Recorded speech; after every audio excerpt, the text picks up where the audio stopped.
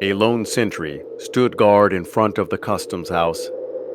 This was a time when tax offices, or customs houses, and the tax collectors who worked there existed under constant threat of violence. Since the days of the Stamp Act, 5 years prior, Boston had become a hotbed for cold-blooded behavior. Colonists had been verbally assaulted, spat upon, kicked, punched, beaten, and those were the lucky ones. Anyone suspected of being too loyal to the crown lived in danger of suffering the unspeakable misery of a tar and feather attack. The misery of being beaten down to the cold cobblestone street while their clothes were torn off to feel the full sting of the coldest of Boston days. With the poor soul utterly humiliated, the angry mob rained down with blow after wicked blow. Trembling turned to shock as boiling tar poured down onto the unfortunate victim, followed by the dumping of feathers that stuck fast to the steaming tar, adding a layer of ridiculousness on top of inhumane cruelty. There the victim lay, unable to mask the pained shrieks and cries of suffering. I'd imagine that sometimes the unfortunate human was incapable of manufacturing any sound at all. The final insult came when the mob lifted the victim onto a cart and rolled them through the streets that greeted them with laughter, jeers, and hateful chants. The message was clear. Loyalists weren't welcome in Boston. Recovering from a tar and feather attack took years. That is, if the person recovered at all.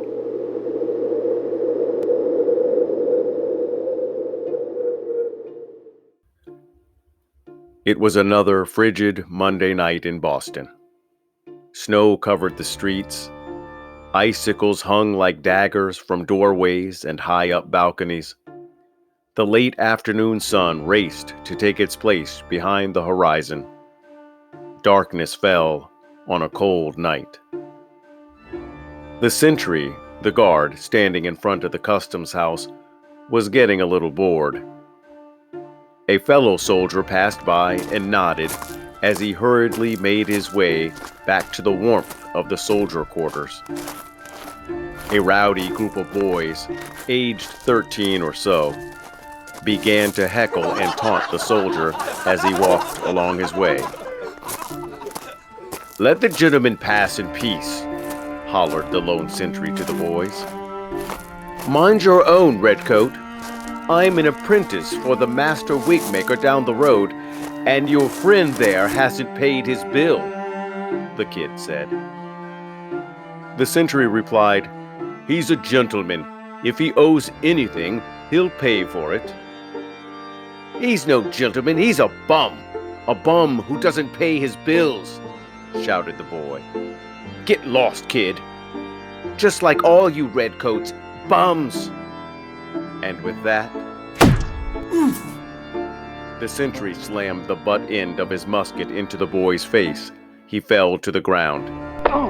A crowd gathered and moved in on the soldier, threatening, shouting, screaming, questioning, accusing.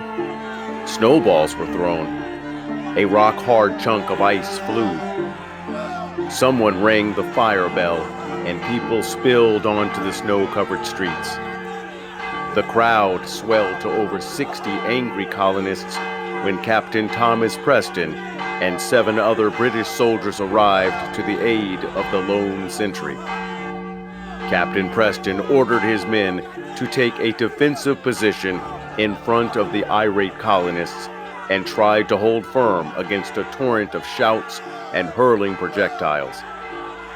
With muskets loaded and bayonets fixed, they faced off with an angry mob whose anger had reached a fever pitch. More snowballs, chunks of ice flew through the air, sticks and stones continued to whiz through the air, even razor-sharp oyster shells. Many in the crowd were rope makers from Boston Harbor, armed with clubs used for beating out rope.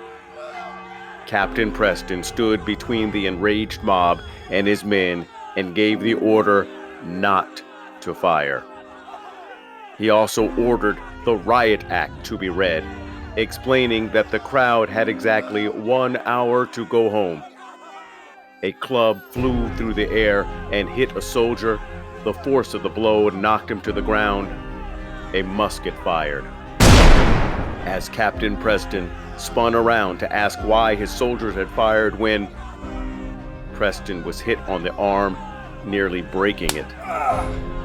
Still more chunks of heavy ice and clubs rained down. Sharp oyster shells sliced through the air. From the alley behind the men came a shout, "Fire!" Some of the soldiers did just that. The crowd ran in every direction, scattering for their lives. When the smoke cleared, 3 colonists lay dead in the snow. 2 more would die shortly thereafter. The governor of Massachusetts, Thomas Hutchinson, arrived on the scene accompanied by more soldiers. The governor made for the customs house balcony and ordered what was left of the crowd to go home. From the safety of his perch, he promised the dazed and angry crowd that the soldiers would stand trial for murder and justice, whatever that may be, would be done.